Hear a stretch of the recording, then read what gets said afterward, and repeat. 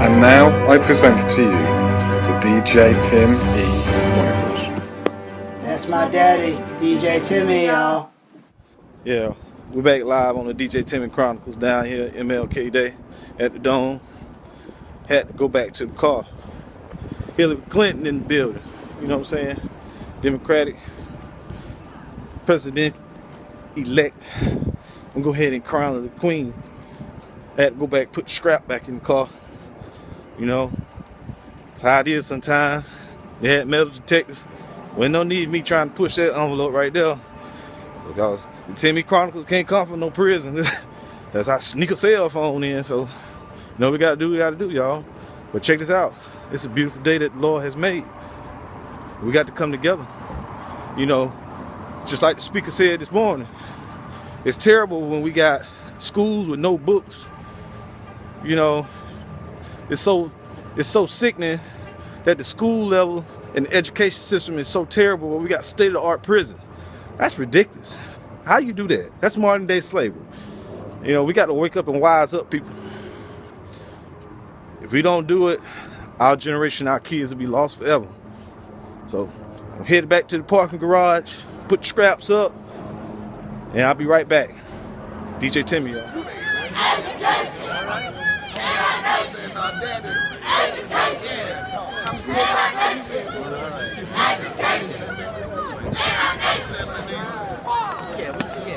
It's a new experience.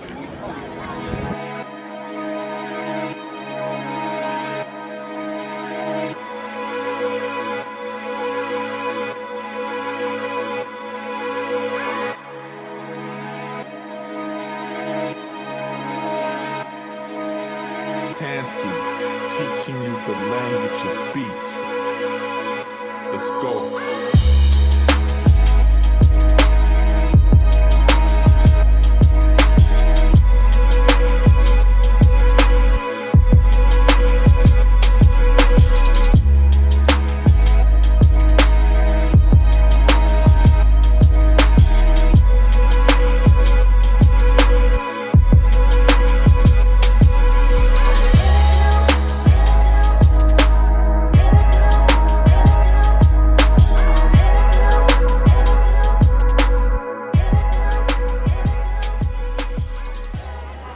That's right, y'all. We live. DJ Timmy Chronicles. You see Councilman Chris Crawford and all my brothers. Yeah, what's up? What's up, Councilman? cuz? What's up? DJ What's up, Timmy cuz? Chronicles. We DJ live right Tim, here. we live. Yeah. You see that, y'all? It's beautiful. You see all these people out here, man. It's beautiful. It's all in love. It's all in love. DJ Timmy. DJ Timmy Chronicles.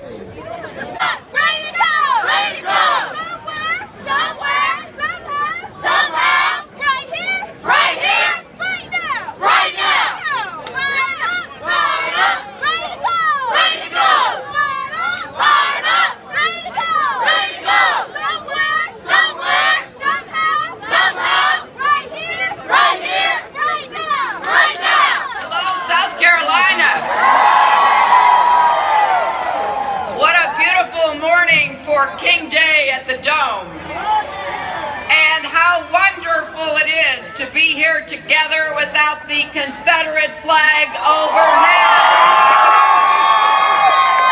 That flag always belonged in a museum, not at the State House.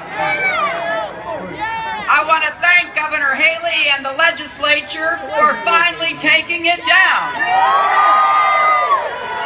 And by the way, Bree Newsom deserves credit too for doing what a lot of people wanted to do, shimmying up that flagpole. But you know who else deserves credit? Each and every one of you.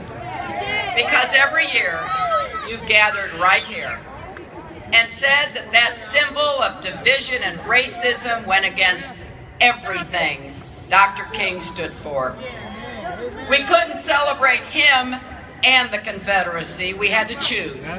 And South Carolina finally made the right choice. Well, I know that some of you have never missed a single King Day at the Dome, and I hope you feel a lot of pride today, because a lot of people are grateful to you not just in South Carolina, but across our country. So now, the flag is down, but we're still here, because that flag was just one piece of something bigger. Dr. King died with his work unfinished, and it is up to us to see it through. Remember what he said the night before he was killed in Memphis. "I'd like to live a long life," he said, "but I'm not concerned about that now. I just want to do God's will." And he's allowed me to go up to the mountain, and I've looked over, and I've seen the promised land.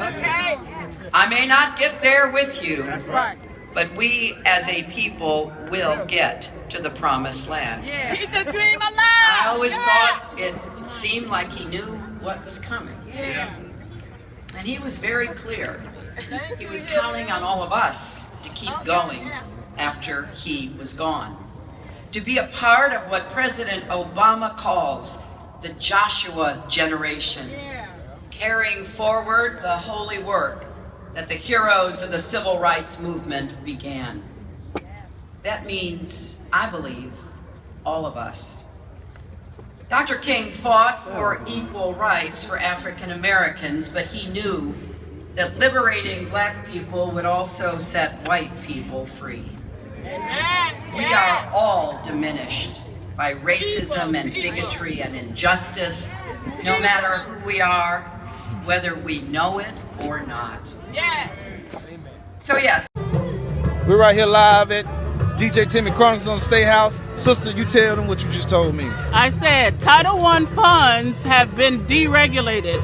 If you call the South Carolina Department of Education and say, where's the money for SES and Choice, Supplemental Education Services, she will say, we haven't decided where we're giving this money. And that was money supposed to be black children. Title I schools are mostly those that are poor children.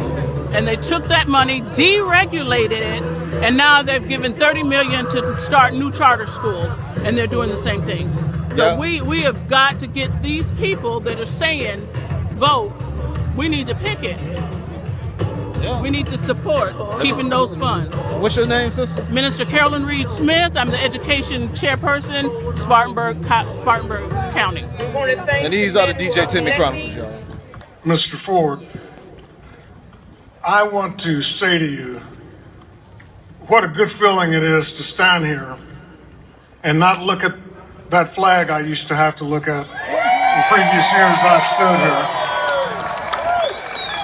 I tell you, for once this feels like my Capitol building. I want to say as a life member of NAACP, and this isn't what I was asked to talk about, but as a life member of NAACP, I'm especially proud of this state chapter of NAACP and my friend Dr. Lonnie Randolph, because when so many said, let's give up, let's go on to something else, they said, we're not going on until we get that flag down. So I commend him, I commend them for their courage. I've been here many times to speak on this occasion on the issue of education. And it was much warmer, and I talked much longer than I'm going to talk today. But I want to say that we still live in a state that hides behind the issue of minimally adequate education. A state that has a constitutional provision to say that all we're required to provide is a minimally adequate education. And even when that case has been heard and solved by the Supreme Court, the remedy that has been granted to the plaintiffs of that suit still has not been provided. We must get out from behind minimally adequate education.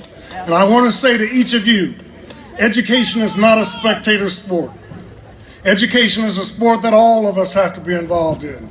And to our policymakers, our legislators, our school boards, to all throughout this state, there can be no sustained economic development in the state of South Carolina until there's sustained educational development. And there can be no sustained educational development until you, each of you, get out and do your part and vote.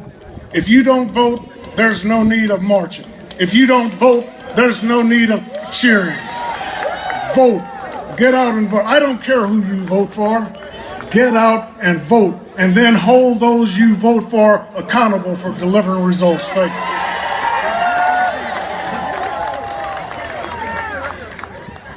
you. Today, live right here, y'all. We're marching down MLK. We're proud of security for past Grandmaster, the great past, worshipful Grandmaster, Mr. Durant himself. In living color. Hey, I always pick it. I like this brother Morgan Freeman. Brother Morgan. Just like him. Dignified brother. But we marching on for equality, for peace and education, y'all. You know, it's very peaceful. Look at this right here behind me, y'all. No violence. And they say we can't come together. We do it real big. This is DJ Timmy Chronicles. See you after these messages. A dream that my 4 little children will one day live in a nation where they will not be judged by the color of their skin, but by the content of their character. I am Nathaniel Durant Jr., past Grandmaster of Prince Hall Grand Lodge of South Carolina. I'm representing Grandmaster Lewis Nelson. To Dr. Lottie Randolph, President of the South Carolina Chapter, South Carolina Conference, State Conference of Chapters of NAACP, to the platform guests here assembled, to you, my sisters and brothers, my in-laws and outlaws, good morning. Good morning, brother. Grandmaster Nelson would have me state to you that it is with heartfelt sympathy that he was not able to attend with you today.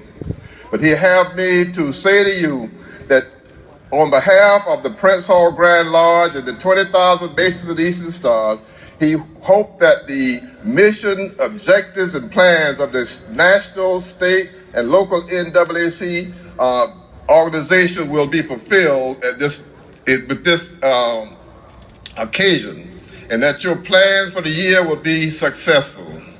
I'm gonna leave you with three things. 1, education. 2, respect. And 3, voting. That's right. Now, there's gonna be a lot of talk today about by a lot of folk, and they're gonna talk about these and those subjects and a lot more. But I wanna leave you with those 3. First, education is the key.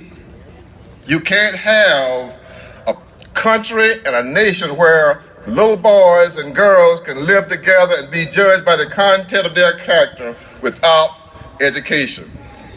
Number 2, respect. You have to have respect for yourself, respect for your country, and respect for each other. You cannot have a country in which a political party can say, my primary mission is to make sure that a president of color not mine don't succeed.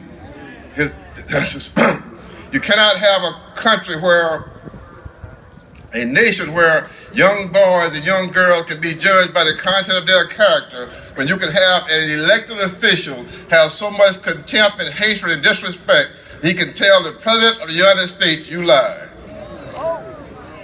And then, voting. The 14th, 15th, and 19th Amendment gave everybody citizenship, everybody the right to vote, gave black men the right to vote. The 19th Amendment gave women the right to vote. We can attain Dr. King's dream if you go to the polls, go to the voting precincts this year, and make sure that people in office are those that will help you to realize Dr. King's dream. Thank you.